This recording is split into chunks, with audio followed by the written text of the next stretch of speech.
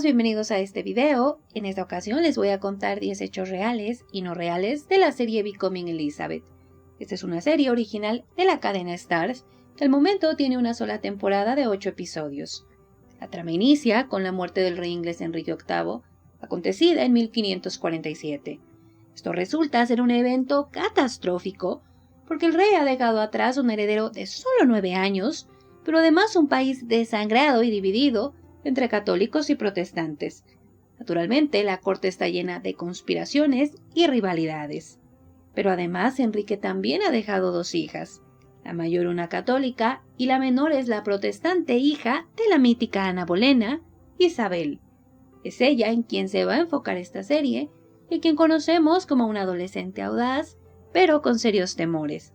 Ella está en una posición muy incómoda en la corte, pero también vive una polémica historia de amor con el esposo de su madrastra. Por más increíble que este argumento nos parezca, tiene una fuerte base histórica, aunque desde luego que se acompaña de muchísima ficción. Pero ahora les voy a hablar de la parte ficticia que tiene esa serie. Comencemos con el número 1. En la serie, Catalina Parr es presentada como una mujer apasionada por Thomas y una conspiradora. Ella, como viuda del rey, decide entrar en el juego político, para lo cual utiliza a sus hijastros, principalmente a Isabel. La trae a su casa y aunque su trato hacia ella es volátil, intenta ser su consejera, manipulándola en cada oportunidad. La verdadera historia es que Catalina Parr sí era una mujer políticamente astuta, tanto que logró sobrevivir al matrimonio con Enrique VIII, lo que no era algo sencillo. Pero, aunque definitivamente era astuta, Catalina sí fue una figura materna para Isabel desde que ésta tenía 10 años. Catalina Parr se involucró en su educación y en su crianza. La acercó a su padre y ayudó para que Isabel y su hermana mayor María fueran incluidas en la línea de sucesión. Así que el interés que Catalina tenía por Isabel no surge después de la muerte de Enrique VIII, como la serie lo hace pensar, y era exclusivamente político. De hecho, no se pensó en ese momento que Isabel tuviera posibilidades de acceder al trono, y tampoco era una figura política muy importante, así que esta teoría de la serie realmente no hace sentido ni tiene ninguna base. Ahora pasemos al siguiente hecho, y es que la serie enfoca buena parte de su argumento en mostrarnos lo diferentes que eran los 3 hijos de Enrique VIII y lo difícil que pudo haber sido su relación, lo cual es completamente natural porque ellos eran de madres distintas, profesaban religiones diferentes, que además en ese momento era algo muy complicado, y encima tenían ideales políticos opuestos. Aunque a pesar de todo, pues en la serie vemos que ellos se llevan bien, se hablan, se abrazan, tienen una buena relación, sobre todo al inicio. Pero la verdad es que la ficción sí deja de lado algunas cosas que son importantes saber para entender cómo fue realmente la dinámica de estos hermanos. Primero, Isabel y Eduardo eran mucho más unidos de lo que nos muestra la serie. Isabel era su hermana favorita, eso era algo ampliamente sabido. Esto se debe a que ellos convivieron de pequeños porque eran de edades similares. Pero además ellos compartían un vínculo muy importante, que era la fe protestante.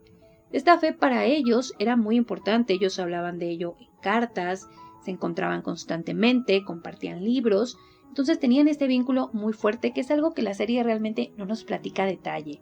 En cuanto a María, realmente ella era mucho más distante a sus hermanos de lo que nos cuenta la serie.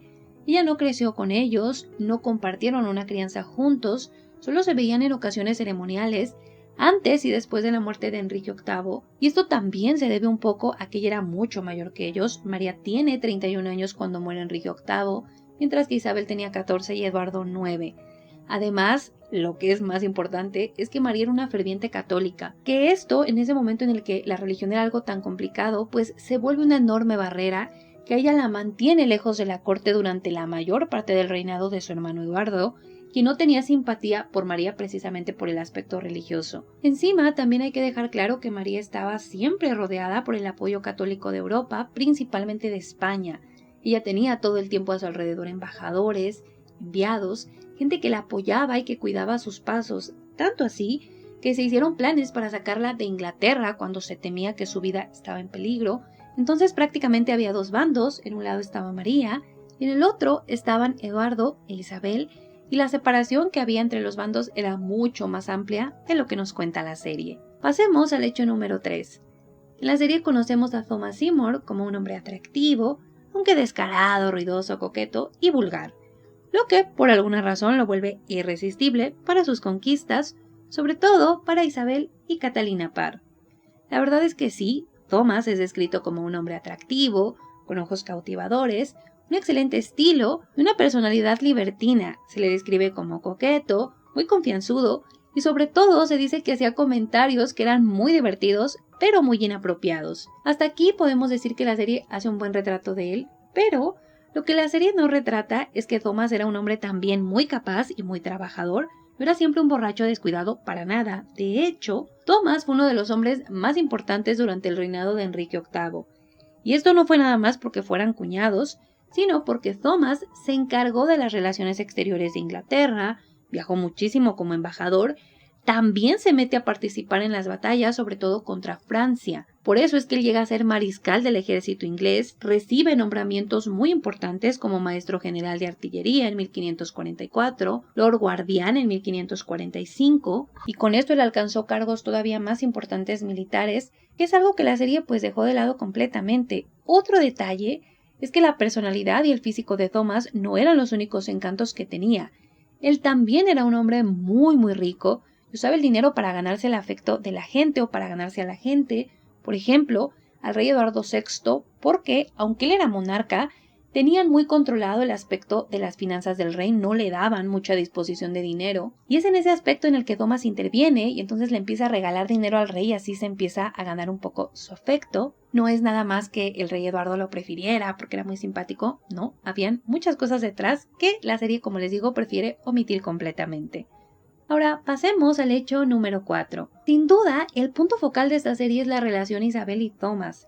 Y aunque esto sí tiene una muy buena base histórica, la verdad es que no se retrata con mucha precisión. Primero, históricamente, Thomas quería hacer un matrimonio con la familia real porque esto le iba a ayudar a él a dar un salto en su carrera y a ponerlo en una mejor posición. Pero no lo pudo hacer durante la vida de Enrique VIII porque desde luego no se lo hubiese permitido. Por eso es que de inmediato cuando muere Enrique, él considera casarse con la hija mayor de Enrique, es decir, con María, porque era la que estaba situada mejor en la línea de sucesión. Como les dije, María tenía el apoyo de muchos católicos en Europa, estaba muy bien acomodada en ese sentido, pero ahí Thomas no encuentra ninguna posibilidad porque Thomas era protestante y no hubo ningún interés de parte de María. Entonces, menos de un mes después de la muerte de Enrique VIII, ya Thomas había volteado al siguiente objetivo, que era la hija menor de Enrique, Isabel, quien compartía su fe y con quien había convivido en la corte. En ese momento Isabel tenía 13 años y él tenía 38. Esto, desde luego que en la época Tudor, pues no era nada raro, pero sí tenían un estatus muy distinto y por alguna razón Isabel se niega.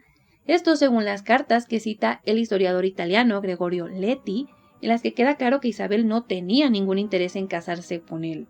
Además también queda claro que el cortejo de Thomas e Isabel no inicia bajo el techo de Catalina Parr, sino meses antes, porque ella es la segunda opción de Thomas, mientras que Catalina era la tercera opción y al final es la persona con la que se casa. Por eso es que para mayo de ese año ya Isabel, Catalina y Thomas estaban bajo el mismo techo.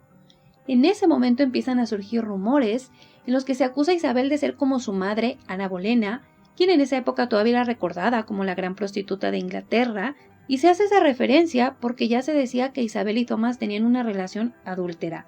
Todo empeora cuando Isabel es enviada lejos por Catalina Parr, quien supuestamente encontró a su esposo sujetando el brazo de Isabel de forma muy familiar.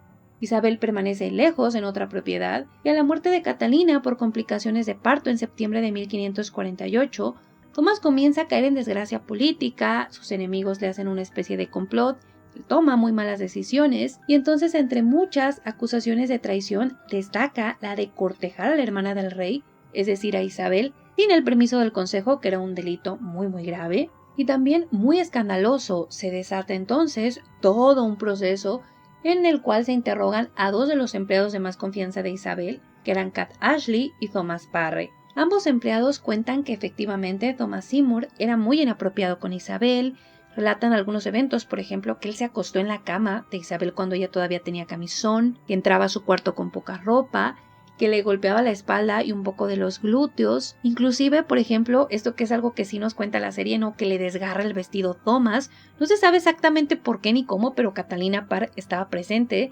Y de hecho algo que mencionan estos dos empleados es que Catalina algunas de estas situaciones las consentía, las presenciaba, las apoyaba, de hecho las fomentaba. Así que todo esto se vuelve muy extraño, pero algo que ambos empleados sí dejan claro, aún presionados con la tortura o amenazados con la tortura, es que no pasó nada más, que las situaciones eran más juguetonas, y esto respalda un poco la versión que da Isabel, porque cuando ella es interrogada, ella deja claro que ella nunca pensó en casarse con Thomas, que sí llegó a tener esa conversación con su institutriz, pero que nunca lo consideró seriamente. Otros testimonios apoyan esta versión de los hechos, Isabel nunca cambia la versión. Así es que esta parte no romántica en la que Isabel ya estaba planeando casarse y se había entregado a Thomas, pues no tiene ninguna base. Estos encuentros sexuales desde luego que tampoco hubieran sido muy poco probables, aunque sí desde luego que está esa opción porque los historiadores todavía se debaten entre si esta relación llegó más lejos de lo que Isabel dijo o no, por lo que desde luego la situación está abierta a interpretaciones, pero muchas de las cosas que cuenta la serie, como ya se los dejé claro, pues no tiene ningún tipo de respaldo. Ahora pasemos al hecho número 5. Al inicio de la serie se sugiere brevemente que Eduardo tiene un interés romántico por su prima Jane y por eso es que no intentan como que juntarlos y demás. La verdad histórica es que ellos no tenían ningún tipo de relación personal, no eran cercanos, no había ningún interés.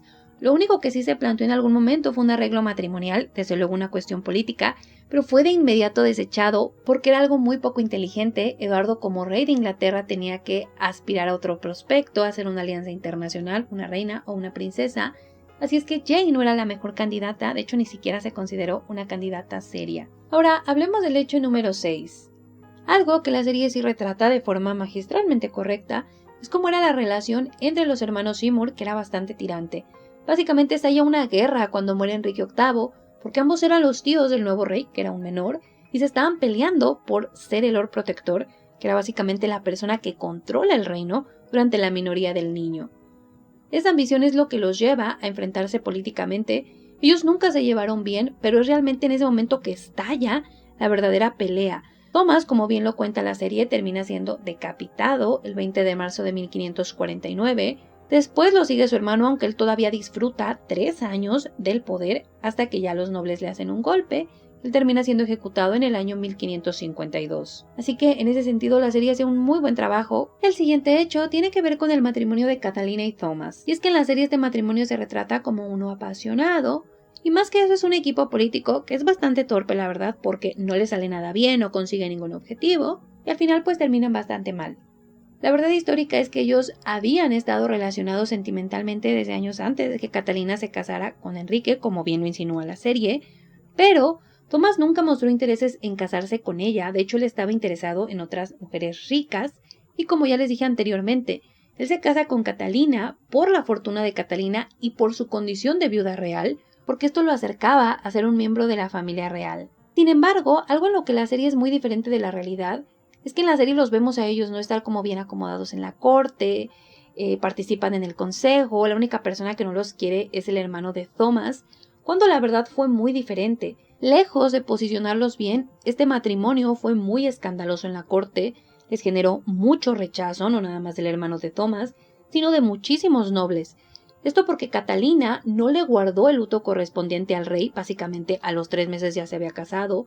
Eso sí fue bastante escandaloso. Es verdad que ellos sí recibieron el permiso del rey, él no se molestó ni nada, pero la corte en general los rechazó. Y por ende el camino político de la pareja se hizo muy complejo. Además de eso, aunque sí se les consideró afectuosos y apasionados, Catalina reportó que Thomas la trataba muy mal, sobre todo durante el embarazo, aunque al final se reconciliaron y ella lo nombró su heredero. Ahora pasemos al hecho número 8. En esta serie, al igual que en otras producciones históricas, vemos la inclusión de personas de color, una época en la que había muy pocos espacios en las cortes reales para personas de color. Sin embargo, en este caso específico, la persona más destacada que vemos de color es Pedro, y él es un personaje que históricamente sí existió, hay un registro histórico sobre él, en el cual se le llama Pedro de Negro. Él es señalado por diferentes cronistas como un hombre de color, aunque se sabe muy poco de sus antecedentes familiares. Lo que sabemos es que sus orígenes estaban en España y terminó peleando en la guerra que se desata entre Inglaterra y Escocia por la mano de María Estuardo. Él participa en muchos eventos importantes, en algunos sitios, en algunas batallas, destaca y recibe reconocimientos importantes hasta su muerte en el año 1551. Sin embargo, aunque como les digo es un personaje real, la enorme diferencia es que él no fue ni cercano, ni aliado, ni nada de María Tudor. No hubo ningún tipo de relación entre ellos, pero la serie lo utiliza para traerlo a la luz y creo que es algo muy interesante. Ahora pasemos al hecho número 9. En la serie conocemos a Kat como una de las personas más cercanas a Isabel, porque es su institutriz, su confidente y su amiga. Ella intenta llevarla por un buen camino, pero termina solapando mucho del comportamiento inapropiado de Thomas y de Isabel. Históricamente, como les dije antes, Kat es un personaje real, fue una de las personas que se interrogó respecto a la relación de Isabel y Thomas. Sin embargo, algo que la serie no cuenta para nada, es que otros testimonios revelaron que Kat había sido seducida por Thomas, que él se la pasaba coqueteándole, que logró conquistarla, no tuvieron una relación, no llegaron a ese punto, pero sí había una complicidad entre ellos porque ella estaba interesada en él, ella sentía mucha simpatía, casi amor por Thomas, tanto que le permitió coquetearle a Isabel, que era algo muy grave, que era algo que le pudo haber costado la vida a ella, y además de todo, Kat todavía aconsejó a Isabel, esto según el propio testimonio de Isabel, para que se casara con Thomas. Así que más que una confidente, Kat fue prácticamente la cómplice de Thomas. Por eso es que ella termina siendo alejada de Isabel por el bien de Isabel, pero al final cuando Isabel se convierte en reina, pues Kat vuelve a su vida, se vuelve una de las personas más importantes y más influyentes por la conexión que tenía con Isabel. Ahora pasemos al último hecho, y ese es el número 10. Isabel en la serie es usualmente referida como princesa y en algún momento incluso vemos que le buscan príncipes extranjeros por su posición. Históricamente la verdad es que Isabel no siempre fue considerada ni llamada princesa porque su padre Enrique VIII la declara ilegítima y aunque sí la restauró en la línea de sucesión, la duda de la legitimidad de Isabel estaba siempre presente. La mayoría de los países europeos, sobre todo los católicos, nunca la consideraron legítima, por eso es que no había propuestas matrimoniales internacionales para ella. De hecho, la mayoría de las propuestas eran para su hermana María. Esto durante el reinado de Enrique VIII y durante el reinado de Eduardo VI.